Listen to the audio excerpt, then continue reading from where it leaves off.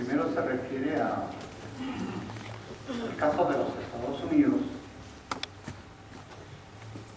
cuyo origen es colonial, pero sin embargo pertenece a la línea del primer mundo, a la trayectoria del primer mundo. Quisiera responder esta pregunta porque es muy pertinente, muy importante y me permite aclarar ciertos conceptos.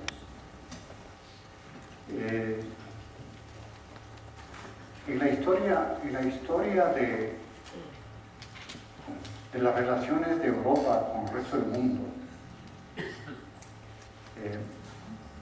hay que distinguir lo que son los sistemas de colonia de aquellos sistemas que, siendo ocupaciones, no fueron estrictamente coloniales. La diferencia tiene que ver con la diversidad demográfica de los territorios. Cuando un territorio es poco poblado, entonces la nueva sociedad que en ella se instala casi como una sociedad libre. En cambio, cuando el territorio está bastante ocupado, la densidad demográfica es grande, entonces ahí viene el problema de crear una nueva sociedad, una nueva mezcla entre los dominantes y los dominados, problemas de cultura, problemas de lengua, problemas de dominio y, porque he indicado como esencial, los problemas de ciudadanía.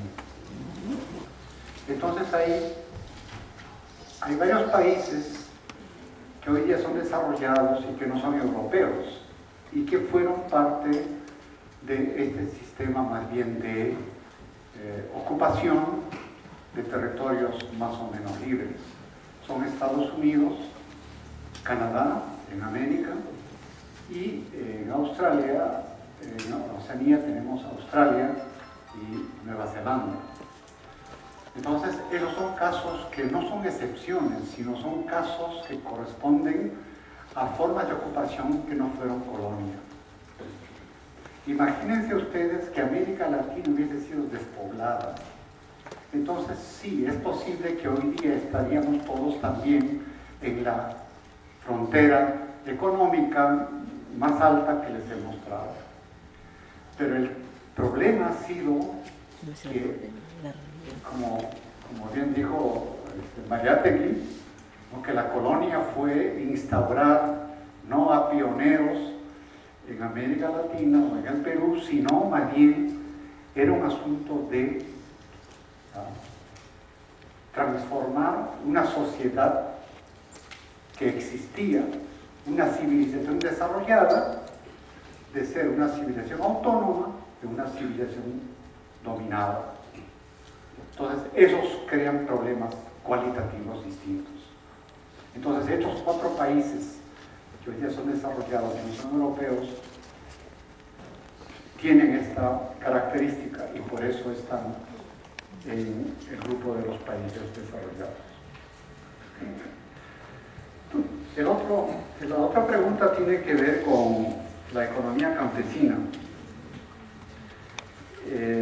La pregunta es, el día de hoy, ¿cómo se encuentran las economías campesinas? Tal vez esta es una pregunta que va a contestar Fernando,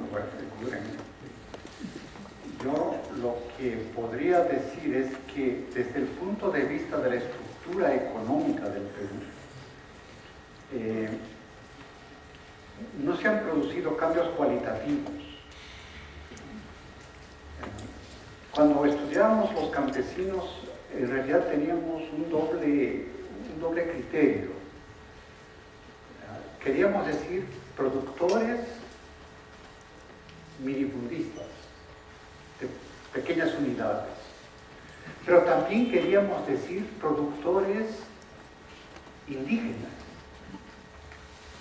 es decir, productores que son actores sociales distintos y cuya ciudadanía es de otro nivel. Lo que he visto es que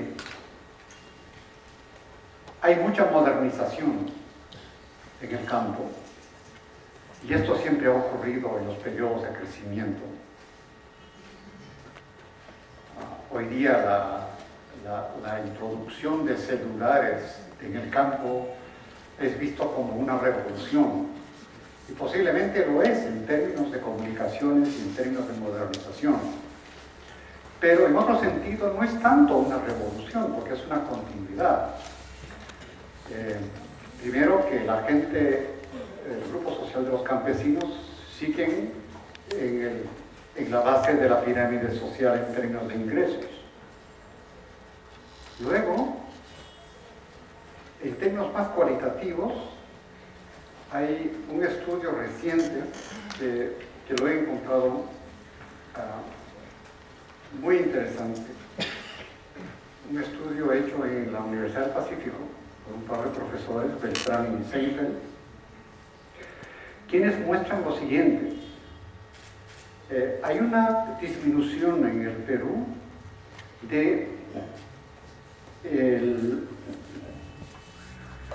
la tasa de desnutrición crónica en menores de 5 años, que ha bajado de manera importante en los últimos años.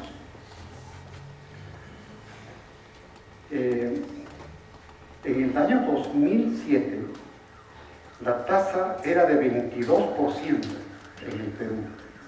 22%. Si uno ve el medio rural, esa tasa es 45%.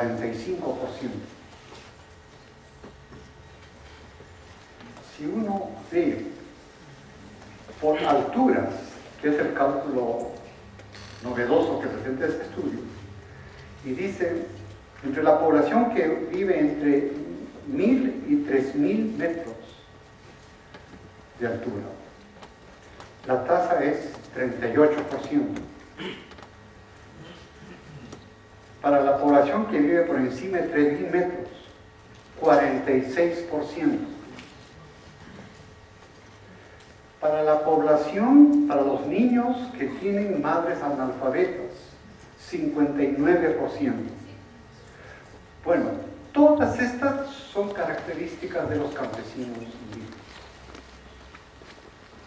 O sea, eso sigue, no sé, pues, sigue como la época de Toledo.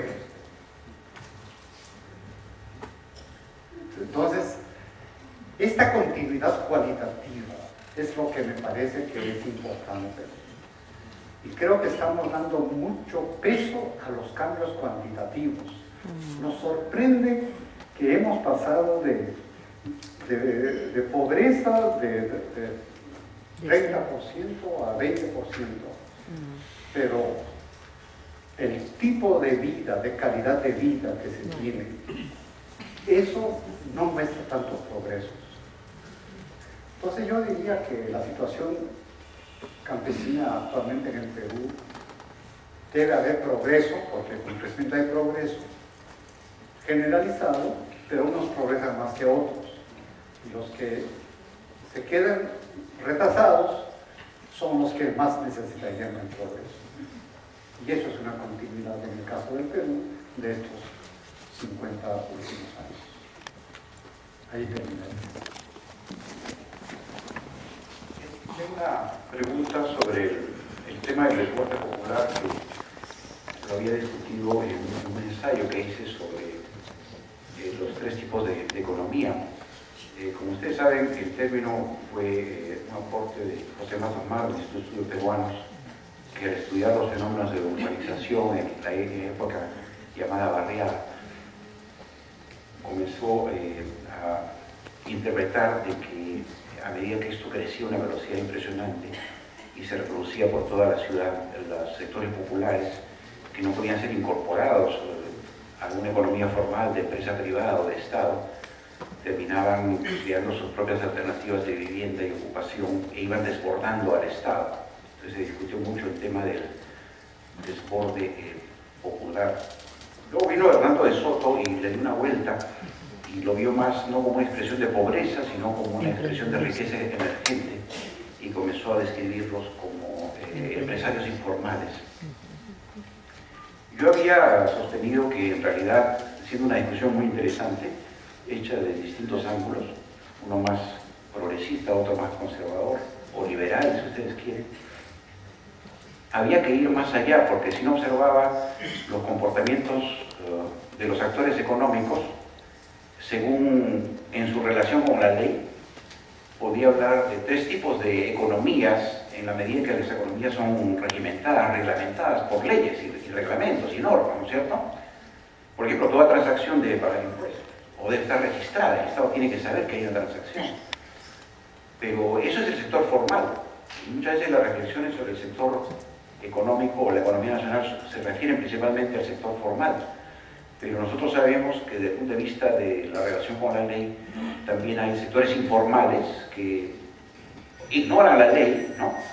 O la evaden en algunos campos, ahí donde es necesario, ¿no? Sin mala intención, digamos, sin ánimo de delinquir, ¿correcto? Sin ánimo de hacer daño a la propiedad o a la persona. Y entonces se crea el llamado sector informal, ¿no es cierto? Yo sostengo que en ese trabajo que hay un tercer sector, que es el sector delictivo, donde ya hay una violación abierta de la ley y que es también parte de la economía nacional.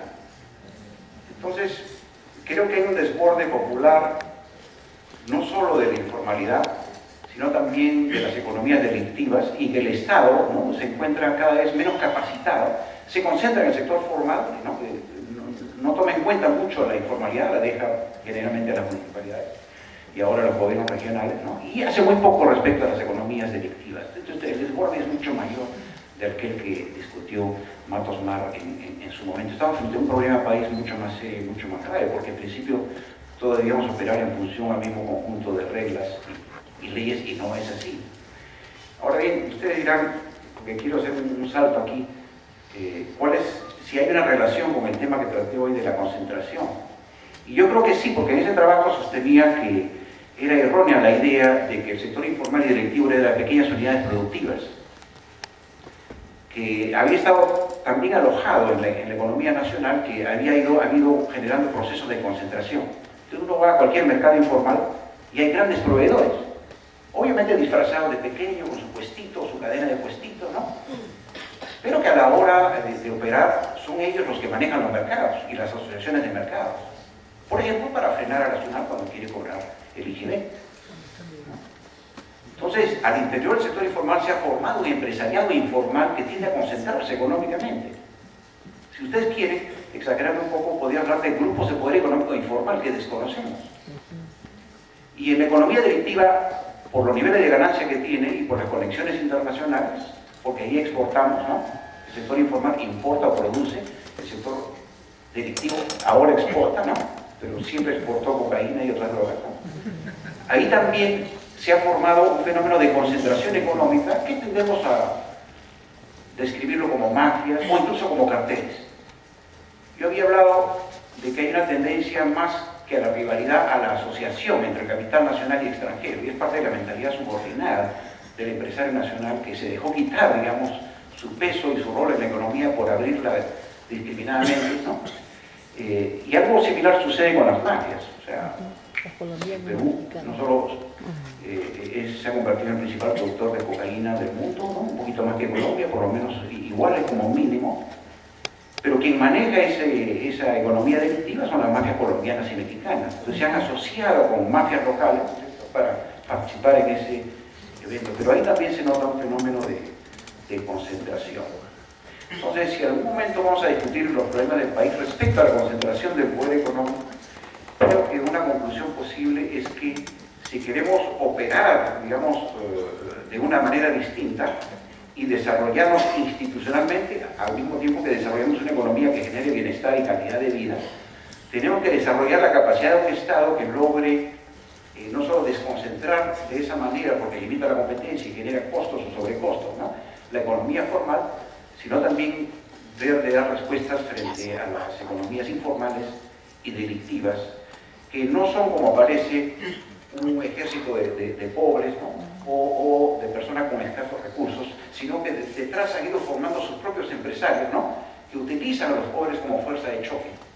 Y son esos justamente, si es que queremos responder a este problema, a quienes tenemos que mirar e identificar claramente. Igual sucede, por ejemplo, creo que el Perú se ha convertido en el principal exportador de billetes falsificados en Sudamérica. Bueno, si tú eres un exportador, quiere decir que ha llegado a un nivel de concentración alto, ¿no es cierto? Y somos ahora un exportador de discos piratas y video, al menos en Bolivia me dicen que piden producto peruano, ¿no? Porque son buenos. Entonces, ha ocurrido también ese fenómeno y eso creo que es algo que amerita una reflexión sobre esta compleja, variada, ¿no? realidad nacional. Lo quería decir, gracias.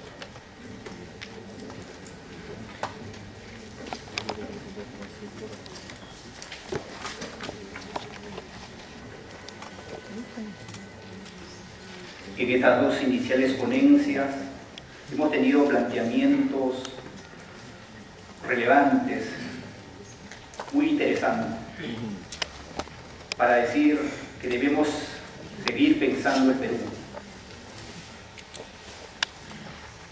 Nos quedamos con muchas interrogantes seguramente.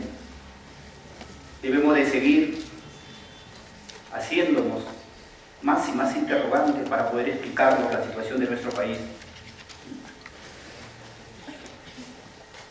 Implicancias que nos han dicho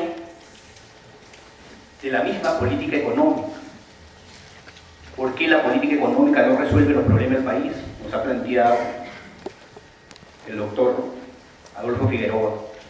Y vamos entendiendo algunos aspectos que en la vida cotidiana no se discuten. Los problemas de desigualdad no se alivian, sino se hacen cada vez de mayor concentración. Problemas graves que tiene la sociedad y el mundo y que este seminario lo pone en discusión. Haremos el receso, estamos retrasados como todos ustedes están viendo, tendremos 10 minutos, por favor, me van a